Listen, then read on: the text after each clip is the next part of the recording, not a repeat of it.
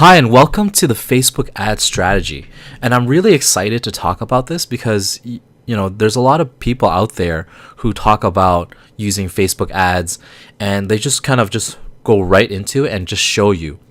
But when it comes to Facebook ads, there's a strategy that you want to employ when you are doing Facebook ads. And this could save you time and save you money, okay?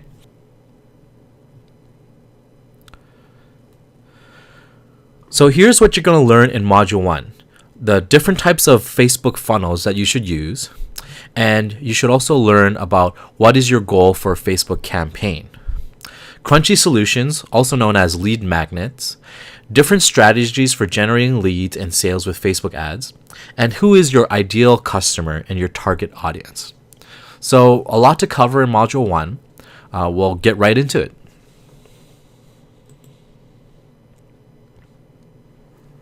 So the Facebook funnel. Here's a Facebook funnel. So this is kind of a very bird's eye overview of what happens. So you'll have your Facebook ad, which goes to a landing page.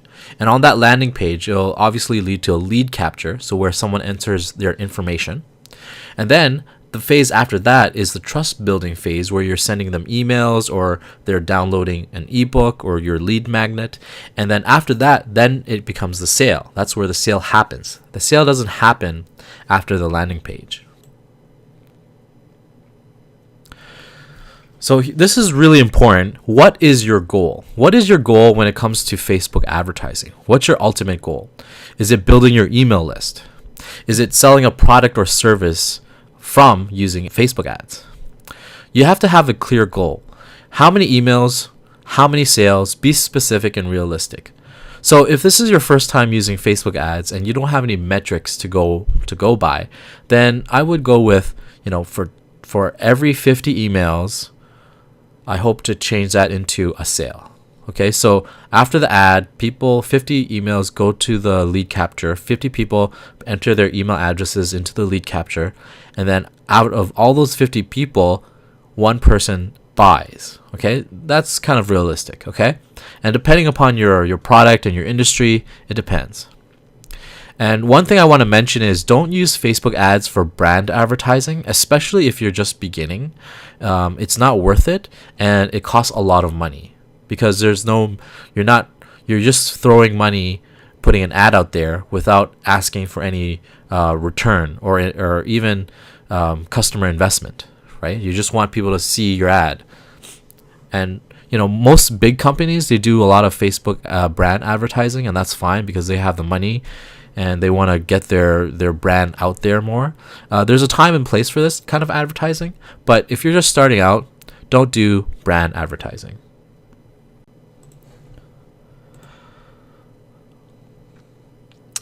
So I think one of the most important things people don't realize is if somebody gives you their email, it's a transaction, but it's not for money, it's for value. So what kind of value can you give to someone who is going to be entering their email information and their name to be on your list? And that's what we come to. We come to a lead magnet, or also known as a crunchy solution. And basically, it's something of value that you can give to someone in exchange for their email. And the whole point of this is to build trust and to build a relationship. So for example, if you're a store, an online store selling physical products, you could give them a lead magnet, something as like, for example, a free coupon, a discount, free samples with the purchase of something, right? If you're doing online training, you could do free training, PDFs, videos, courses, online tools, calculators. For example, if you're in the fitness space and you want to have a calorie counter, you could develop your own app maybe for it. And basically, you want to make lead magnets that are irresistible to your ideal customer. And you want to make sure that these don't solve a general problem. You want to be very specific about what your lead magnet does. Okay? It's really important. So here I have some examples of lead magnets, also known as crunchy solutions. So here I have from Ramit Sethi.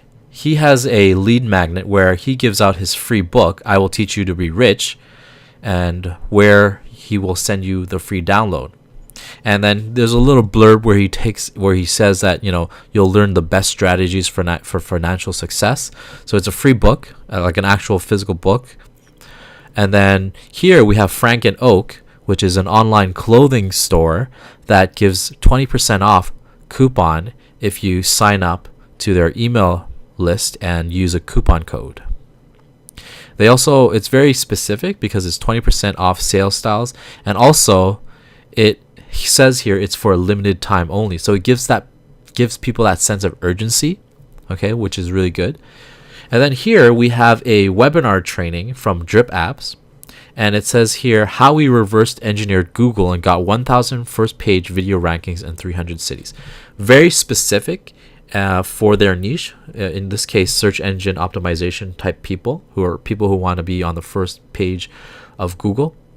So very specific, very related to their ideal customer. So that's what you want to do when you're thinking about creating your lead magnet.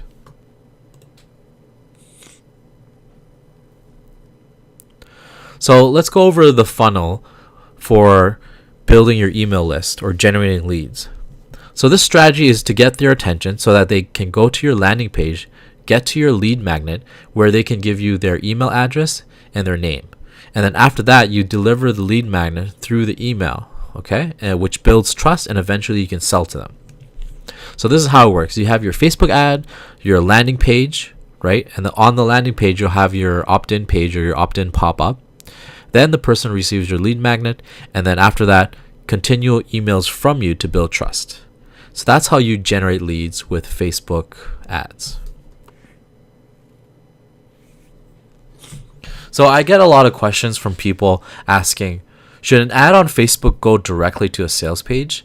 And most of the time the answer is no. You don't want to do that. Even if you're selling physical products, you don't want to send people directly to a sales page. It's always best to send them to a landing page where you can give them something, even if it's a coupon, and where they have to enter their email address.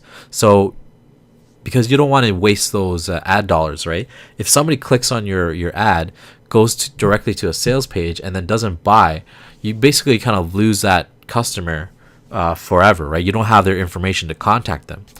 On the other hand, if you're sending them to a lead magnet, for example, let's say 50% off coupon, and you have to enter your email address to get that coupon, then you have the email address on file where you can continually build trust with them and send them more emails in the future. So here I have different examples. So for example, for a product, the Facebook ad goes to a landing page, which gives a free sample, which then you have email follow-up, which goes to a sale. On the other hand, if you have a service, you could use something like an ad, Facebook ad, which goes to a webinar registration, which then goes to the actual webinar, and then the webinar is basically where you sell. So one question you want to answer is, who is your ideal customer? It's extremely important because who is your ideal customer will help you in creating your ad, and it will help you in creating your lead magnet. So it's really important that you have a clear image of who your ideal customer is. And don't worry, we have a whole separate module on how to do customer research and target audience research so that you can get this really, really clear in your mind.